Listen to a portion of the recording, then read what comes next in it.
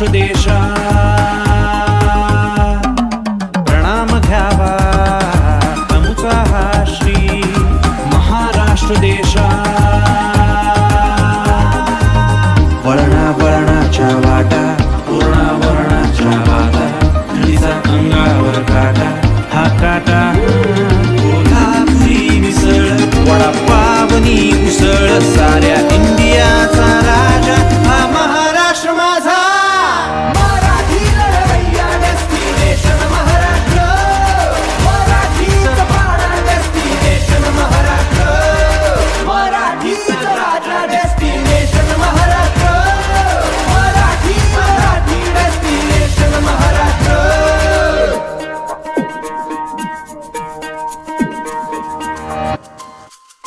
पेशवाई म्हणजे महाराष्ट्राच्या इतिहासातलं जणू एक सुवर्णपानच.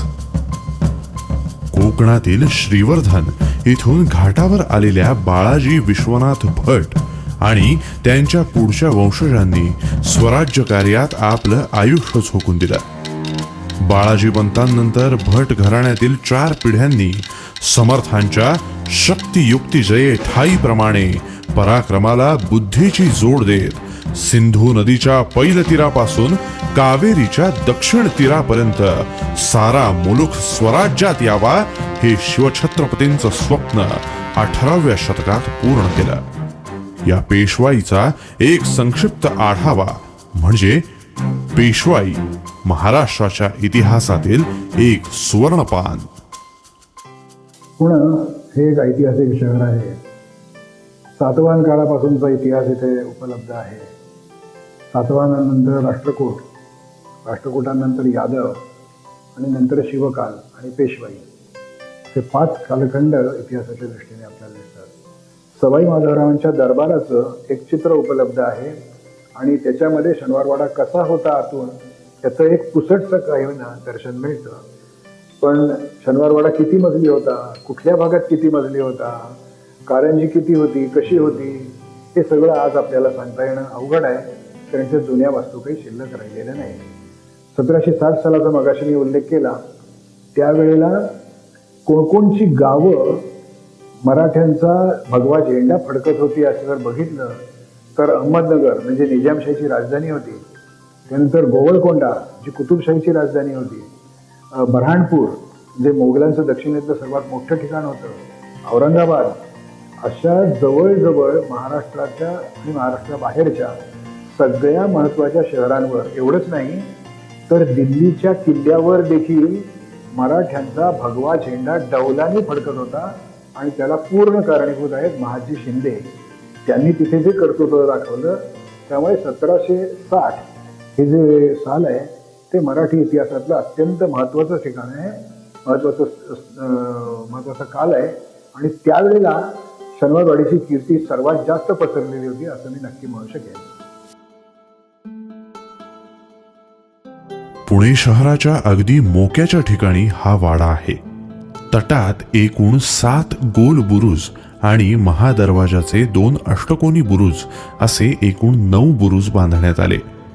दिल्ली दरवाजा व्यतिरिक्त मस्तानी दरवाजा, खिडकी दरवाजा म्हणजेच कवठी दरवाजा, गणेश दरवाजा आणि जांभळी दरवाजा असे आणखी 4 दरवाजे बांधण्यात आले. गणेश दरवाजाच्या बाहेर तटालगत गजाननाचं सुरेख मंदिर उभारण्यात आलं.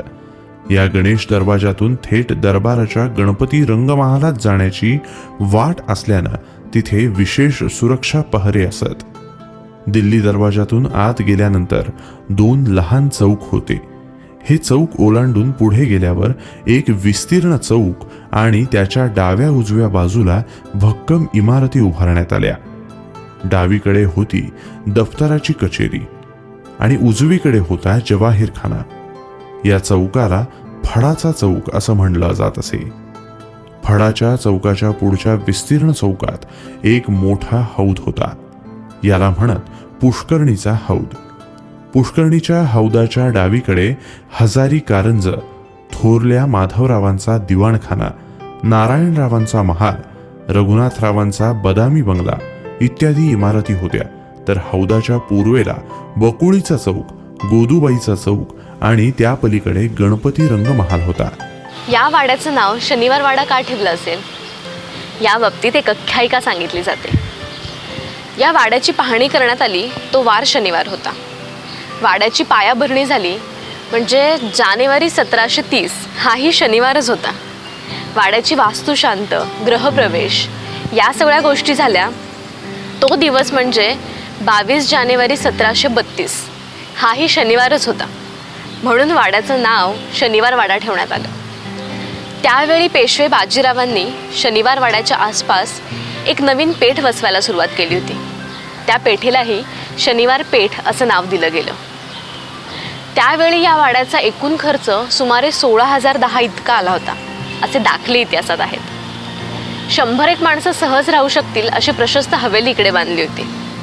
वाड्यात सुरुवातीला बाजीराव काशीबाईंचा महाल, देवघर, अप्पा अन्नपूर्णाबाईंचा महाल, मातोश्री राधाबाईंचा महाल आणि आश्रितांचे निवारे अशा मोजक्याच इमारती होत्या. त्यानंतर प्रत्येक पेशव्यांच्या काळामध्ये शनिवार वाड्यामध्ये गरजेनुसार बदल करण्यात आले आणि आज दिसणारा प्रचंड शनिवार वाडा उभा राहिला. बाजीरावांनी आपले बंधू चिमणाजी उर्फ चिमाजी अप्पा यांच्या कौतुकास्तव चिमणबाग नावाची लहानशी बाग बांधली होती. या चिमणबागेच्या दक्षिणेला आप्पांचा आणि नानासाहेबांचा दिवाणखाना होता. चिमणबागेच्या पूर्वेला थोरल्या रायांचा म्हणजेच बाजीरावांचा दिवाणखाना आणि दक्षिणेला मस्तानीचा महाल होता. याशिवाय पश्चिम तटाला आतून घोड्यांची पागा आणि गोशाळा उभारण्यात आली होती. मराठा साम्राज्याच्या पेशव्यांनी ज्यावेळेस शनिवार वाडा बांधायला घेतला त्यावेळेस तो कोडबंद असावा अशी अर्थात त्यांची अपेक्षा होती. पण वाड्याच्या कोडबंदीसाठी राजर्षी शाहू महाराजांनी परवानगी नाकारली. याची सखोल माहिती नानासाहेबांच्या पत्रामध्ये दिलेली आहे. 1749 साली ज्यावेळेस राजर्षी शाहू महाराजांचा मृत्यू झाला त्यांच्या मृत्यूनंतर नानासाहेबांनी वाड्याच्या कोडबंदीचं काम पूर्ण करून घेतलं. तसेच 1753 साली शनिवार वाड्याचं राहिलेलं बांधकाम पुन्हा सुरू केलं. वाड्याला अशी भक्कम तटबंदी आणि उत्तरेच्या रोखास एक भव्य असं प्रवेशद्वार असावं अशी बाजीरावांची इच्छा होती. तीही पूर्ण करण्यात आली. उत्तरेच्या रोखास बांधले गेलेल्या प्रवेशद्वाराला नाव देण्यात आलं दिल्ली दरवाजा.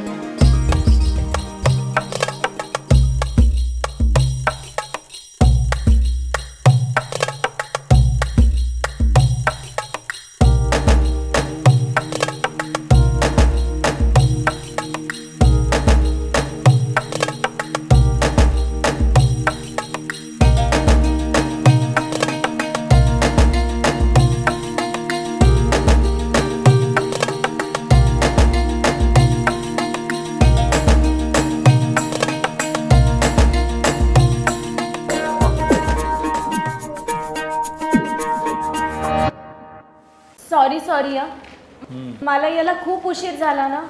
किती गर्दी. एवढी धावपळ करण्यापेक्षा एखादी गाडी घेऊन टाका. भारती सहकारी बँक आजच्या आज बँकेत जा आणि लगेच गाडी बुक करून टाका. गतिमान अर्थकारणातून समाज परिवर्तन. भारती सहकारी बँक लिमिटेड, पुणे. सॉरी मला याला खूप उशीर झाला ना. किती गर्दी. एवढी धावपळ करण्यापेक्षा एखादी गाडी घेऊन टाका. भारती सहकारी बँक आजच्या आज बँकेत जा आणि लगेच गाडी बुक करून टाका. गतिमान अर्थकारणातून समाज परिवर्तन. भारती सहकारी बँक लिमिटेड, पुणे.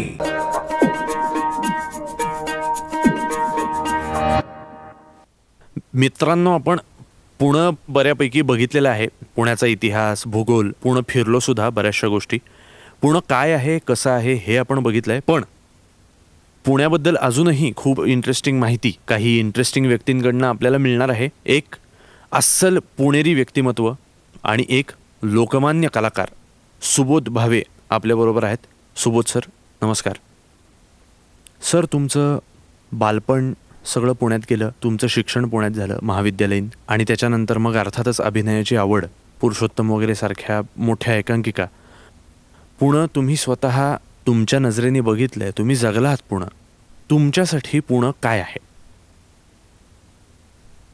माझ्यातनं पुणे जर काढून घेतलं तर सगळंच उणं राहील. इतकं पुणे माझ्यासाठी महत्त्वाचं आहे. माझ्या नसानसात पुणे आहे.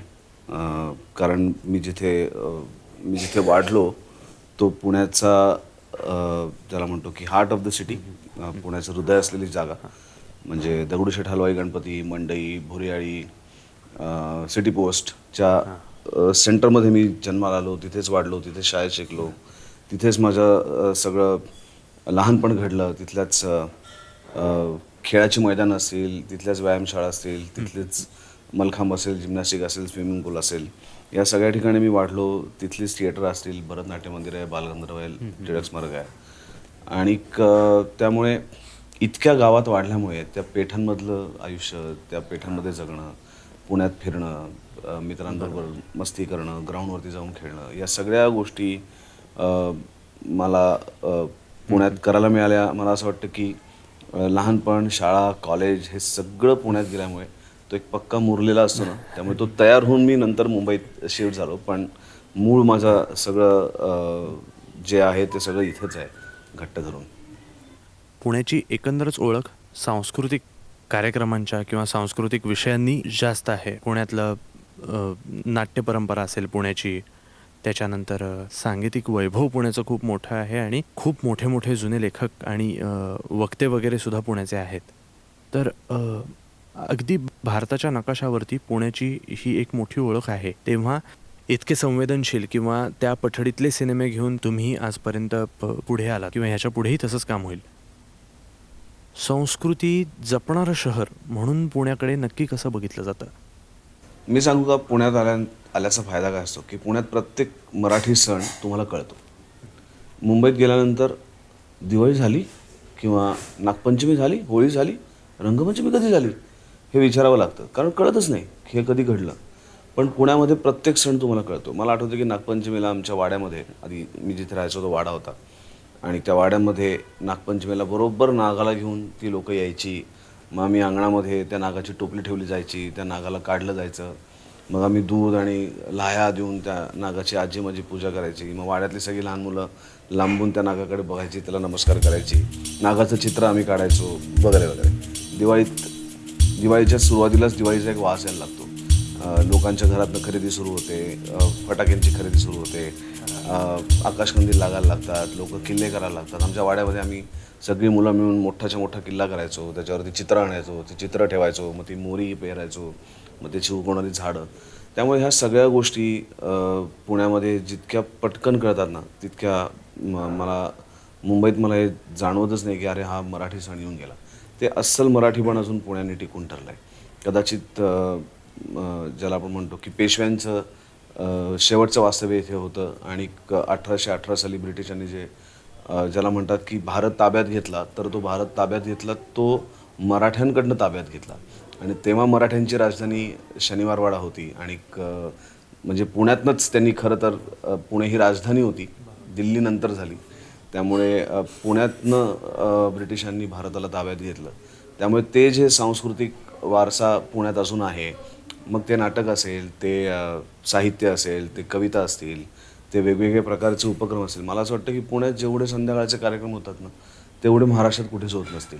संध्याकाळी कुठल्या ना कुठल्या तरी हॉलमध्ये कुठला ना कुठला तरी वक्ता कुठल्या ना कुठल्या तरी वेगवेगळ्या विषयांवरती भाषण देत असतो, त्याचं काम करत असतो, लोक त्याला ऐकायला जात असतात. पुणे कधी पेन्शनरांचं माहेरघर म्हटलं जातं, कधी शिक्षणाचं माहेरघर म्हटलं जातं, कधी बुद्धिवंतांचं म्हटलं जातं, कधी नाटकवाल्यांचं म्हटलं जातं, कधी चित्रपटवाल्यांचं म्हटलं जातं. मला असं वाटतं की ह्या सगळ्या गोष्टींशी पुणे जोडलं आहे. मुळात पुणेकर हा अस्सल वेडा माणूस आहे. जे जे जगावेगळं आहे ते त्याला करायला आवडतं, आणि त्यामुळे पुण्याची लोकं ही जरा वेडसर असतात, आणि म्हणूनच ती वेगवेगळं काम त्यांच्या आयुष्यात करत असतात.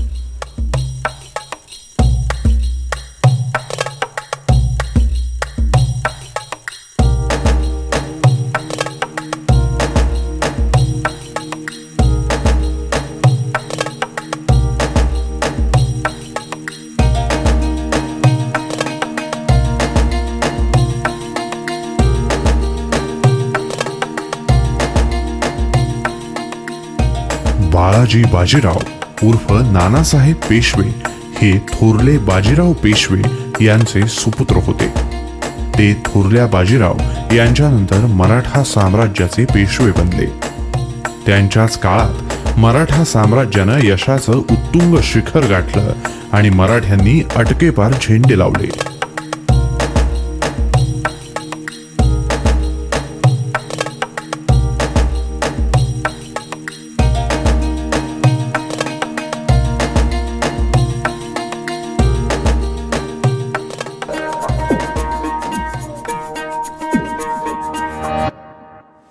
सॉरी मला याला खूप उशीर झाला ना. किती गर्दी. एवढी धावपळ करण्यापेक्षा एखादी गाडी घेऊन टाका. भारती सहकारी बँक आजच्या आज बँकेत जा आणि लगेच गाडी बुक करून टाका. गतिमान अर्थकारणातून समाज परिवर्तन. भारती सहकारी बँक लिमिटेड पुणे. सॉरी मला याला खूप उशीर झाला ना. किती गर्दी. एवढी धावपळ करण्यापेक्षा एखादी गाडी घेऊन टाका. भारती सहकारी बँक आजच्या आज बँकेत जा आणि लगेच गाडी बुक करून टाका. गतिमान अर्थकारणातून समाज परिवर्तन. भारती सहकारी बँक लिमिटेड पुणे.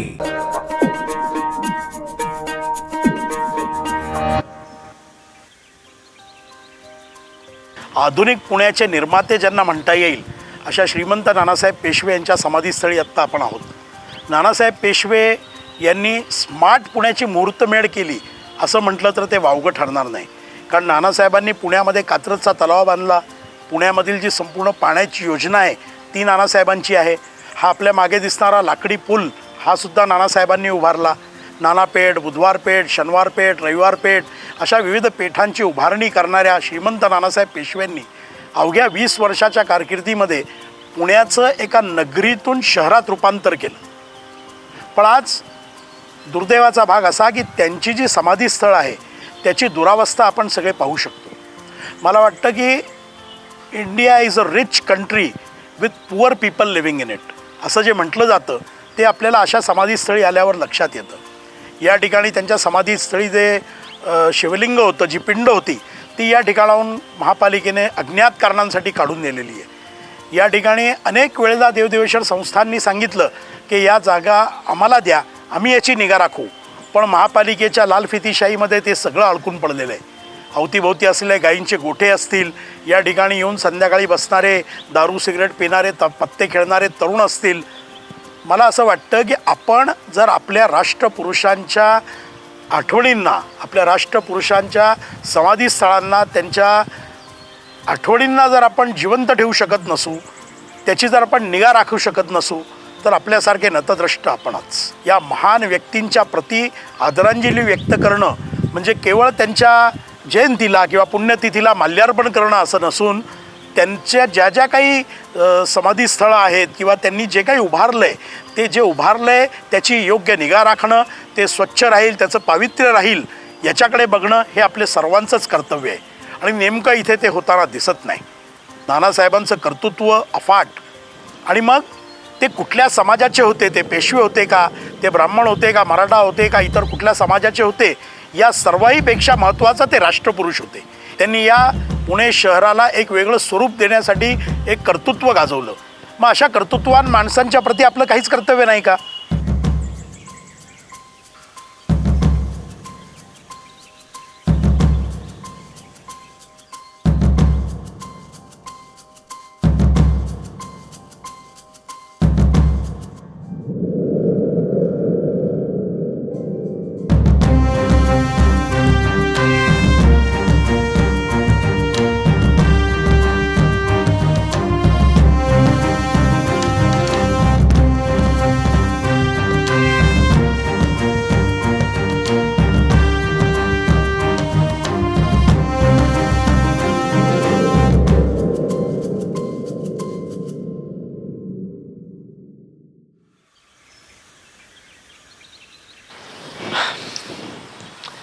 ही खूप दुर्दैवी गोष्ट आहे खरं तर. कारण इतक्या ऐतिहासिक ठिकाणांना आणि इतक्या वेगवेगळ्या गोष्टींना, प्राचीन मंदिरांना आम्ही भेटी देतोय आणि बऱ्याच ठिकाणी हेच लक्षात येतं की त्या गोष्टीचा तितकासा आदर केलेला दिसत नाही आहे.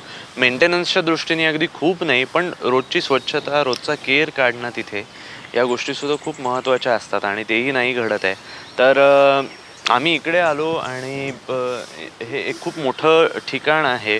नानासाहेब पेशव्यांचं समाधीस्थळ आहे आणि तरीसुद्धा तिथे काचेच्या बाटल्यांचे तुटलेल्या गोष्टी आहेत किंवा शेण, जनावरं अगदी आतपर्यंत येऊन इतक्या बऱ्याचशा गोष्टी इथे बघायला मिळाल्या आणि खूप वाईट वाटलं.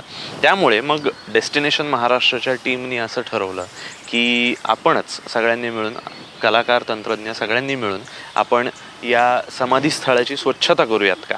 आणि त्याच्यामुळे आम्ही ठरवलेलं आहे की आता आम्ही जिथे जिथे जाऊ वेगवेगळ्या ठिकाणांना आणि ज्या ज्या ठिकाणांची माहिती आपल्यापर्यंत घेऊन येऊ त्या सगळ्या ठिकाणांची स्वच्छता करायचं आम्ही सगळ्यांनी ठरवलेलं आहे. तुम्ही देखील जिथे जिथे जाल ज्या ज्या गोष्टींना महाराष्ट्रातल्या किंवा अगदी भारतभरातल्या वेगवेगळ्या ठिकाणांना भेटी द्याल आणि जिथे कुठे कचरा आढळेल, जिथे कुठे काही प्लॅस्टिक पडलं आहे, कागद पडलेत, अशा गोष्टी आढळतील त्या सगळ्या ठिकाणी तुम्ही देखील स्वच्छतेला हातभार लावा. आणि हे सगळं जे आपली परंपरा आहे या सगळ्या गोष्टी स्वच्छ ठेवणं हे आपलं महत्त्वाचं काम आहे. ते सगळं काम आपण आनंदानं करूयात. आम्ही करतोय, तुम्ही देखील करा.